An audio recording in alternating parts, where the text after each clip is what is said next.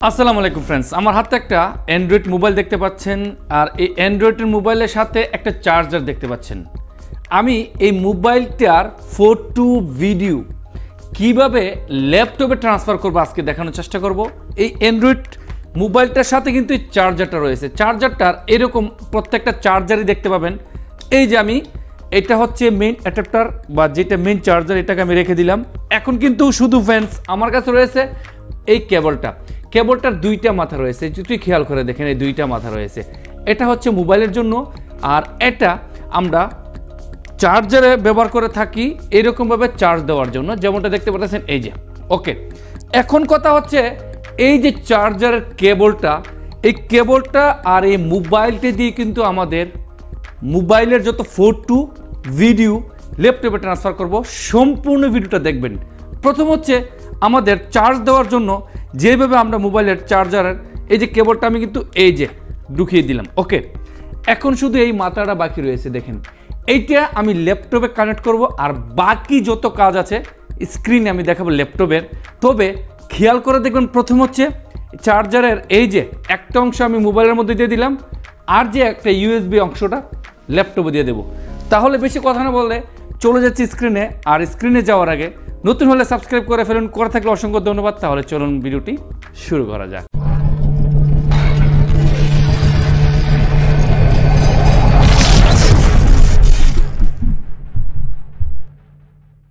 Friends, আমরা computer স্ক্রিনে চলে আসলাম, পাশাপাশি মোবাইলের স্ক্রিনটা দেখতেছেন। আমি কিন্তু এখন আমার ইউএসবি কেবলটা মোবাইলের সাথে একটা সাইড অলরেডি কানেক্ট করে রাখলাম, দ্বিতীয় সাইডটা কিন্তু আমি এই যে ঢুকিয়ে দিলাম। দেখেন এখন কিন্তু মোবাইলে এবং আমার ল্যাপটপে চলে আসলো রেডমি নোট 10 প্রো ম্যাক্স চলে আসলো আর আমার মোবাইলের মধ্যে এরকমভাবে চলে আসলো। এখন এই যে দেখতে পারতেছেন আমার ল্যাপটপে কিছু করতে হবে না, এটা এরকমভাবেই থাক। আমার যা কিছু করতে হবে মোবাইলের মধ্যে করতে হবে। তাই মোবাইলের মধ্যে একটু খেয়াল করে যদি দেখেন, প্রথম হচ্ছে এটা হচ্ছে শুধু নো ডাটা ট্রান্সফার, এটা ফাইল ট্রান্সফার এবং অ্যান্ড্রয়েড অটো, আর এটা হচ্ছে ফটো। আমাকে একটা জিনিস খেয়াল করতে হবে, জাস্ট আমাকে যেহেতু ফটো ট্রান্সফার করতে হবে তাই এই যে এখানে টিকটা দিয়ে দেবো। এখানে এই টিকটা কিন্তু এখানে চলে আসবে, যেমনটা আমি এই যে দিয়ে দিলাম। ওকে, এখন যদি একটু খেয়াল করে দেখেন আমারটা কিন্তু অটোমেটিক চলে গেল। আপনার যদি অটোমেটিক না আসে তাহলে কি করবেন ফ্রেন্ডস? যদি অটোমেটিক চলে যায় এরপরে খুঁজে না বের করেন, উপর থেকে নোটিফিকেশান বারটা একটু টান দেবেন, একটু সাইটে নিয়ে নেবেন। নেওয়ার পরে এখানে দেখতে পাবেন লেখা রয়েছে USB file transfer is on.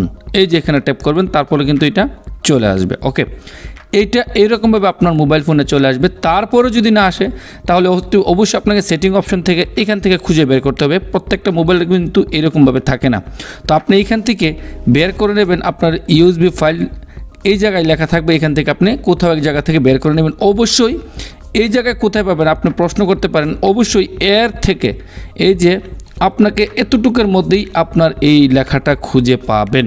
যেহেতু আমারটা রেডমি তাই চলে আসলো, HTCও চলে আসবে, বাকি স্যামসাংও চলে আসবে। যদি কয়েকটা মোবাইল না পান তাহলে এখানে এর মধ্যে খুঁজে বের করতে পারবেন। যেমনটা এখানে রয়েছে দেখেন লেখা রয়েছে পোর্টেবল হটস্পটস, এখানে যদি একটা ট্যাপ করেন তারপর এখান থেকে কিন্তু আপনি একটু খেয়াল করে দেখবেন এই যে এখান থেকে আপনি খুঁজে বের করে নিতে পারেন, এখানে আপনার এটা থাকতে পারে। তো এখন আমাদের মোবাইলের কাজ মোটামুটি শেষ। ল্যাপটপে কি করব? ল্যাপটপের মধ্যে আমি এখান থেকে দিস পিসি অথবা মাই কম্পিউটার ট্যাপ করব, ডাবল ট্যাপ করে আমার ল্যাপটপের যে উইন্ডোজটা এটা খুলে ফেললো। দেখেন এখান থেকে চলে আসলো রেডমি নোট 10 প্রো ম্যাক্স। এখানে আবার ডাবল ট্যাপ করব, ডাবল ট্যাপ করার পর আমি এখন আমার মোবাইলের ভেতরে আছি। এই যে এখানে দেখেন আমার মোবাইলের অলমোস্ট মেমোরি একদম ফুল। আমি এখানে ডাবল ট্যাপ করব, ডাবল ট্যাপ করার পরে আমার মোবাইলের কোন জায়গায় আমি ফটোটা তুলেছি একটু ছোট করে আমি আপনাকে দেখাচ্ছি। এই যে DCIM, যত অ্যান্ড্রয়েড মোবাইলের ফটো ভিডিও সব DCIM এর মধ্যে থাকে। তো DCIM এর মধ্যে ডাবল ট্যাপ করব, করার পরে এখান থেকে দেখেন আমার এখন চলে আসবে ক্যামেরা।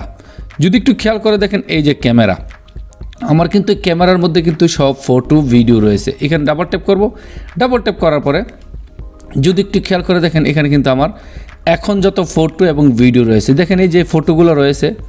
আর পাশাপাশি আমি একটা ভিডিও এখান থেকে আমি ল্যাপটপে নেব। দেখেন এখান থেকে আমি একটু বড় করলাম, এটাকে একটু সাইড টেনে আর একটু টেনে ওকে একদম নিচে চলে যাব। এই ভিডিওটা আমি এখান থেকে কাট করে নিতে পারবো, কপি করে নিতে পারবো। তো আপনি যেটা পছন্দ করেন আমি কাট করে নিয়ে নিচ্ছি এবং এখানে দেখেন আমি এখন এটাকে পেস্ট করে দিলাম।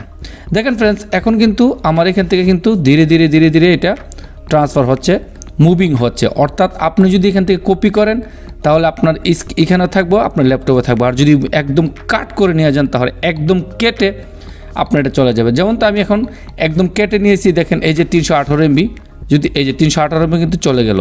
কোথায় গেল এটা? এই যে আমি একটু এখন রিফ্রেশ দিয়ে দিচ্ছি, আপনাকে দেখাচ্ছি। এই যে একটু রিফ্রেশ দিয়ে দিলাম, এই যে চলে আসলো আমার এই ভিডিওটা এখানে। এই যে দেখেন এখানে কিন্তু চলে আসলো। যদি একটু খেয়াল করে দেখেন এখানে কিন্তু অনেকগুলো ফটো রয়েছে।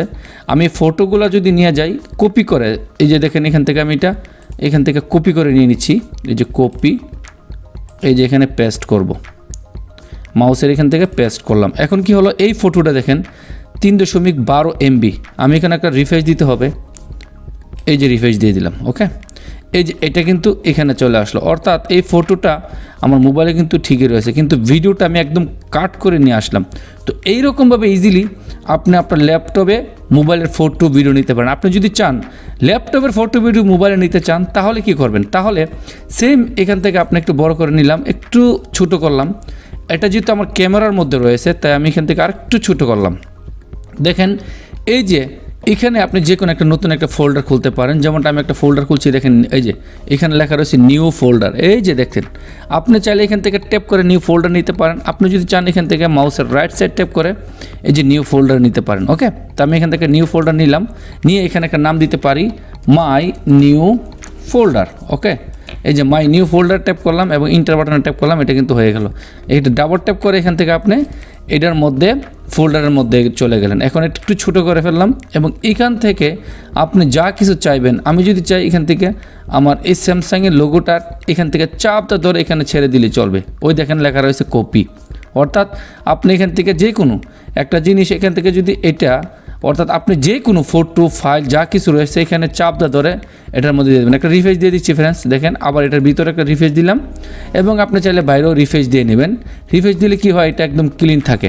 তো আপনি এরকমভাবে নিতে পারেন, একদম ইজি কমপ্লিটভাবে আপনি নিতে পারেন। এখান থেকে যদি চান, আপনি যদি চান অন্য একটা কিছু নিতে, আপনি চাইলে এখান থেকে এরকম মাউসের রাইট সাইড ট্যাপ করে আপনি যখন যে কোনো একটা ফটো অথবা যে কোনো একটা আপনার ফাইলের উপর রাইট সাইড ট্যাপ করবেন, করে এখান থেকে কপি এবং এখানে কাট, আমি কপি ট্যাপ করলাম। এখন এখানেরই আবার মাউসের এখানে পেস্ট করব, দেখেন এটা কিন্তু কপি হয়ে আমার এখানে চলে আসলো। ওকে, তো এইরকমভাবে আপনি মোবাইল থেকে ল্যাপটপ, ল্যাপটপ থেকে মোবাইলে একদম ইজি সিম্পল সহজভাবে নিতে পারবেন। অসংখ্য ধন্যবাদ ভিডিওটি দেখার জন্য। এরকম নতুন নতুন টিপস এন্ড টিউটোরিয়াল নিয়ে আবার দেখা হবে। ততক্ষণ পর্যন্ত ভালো থাকবেন। আল্লাহ।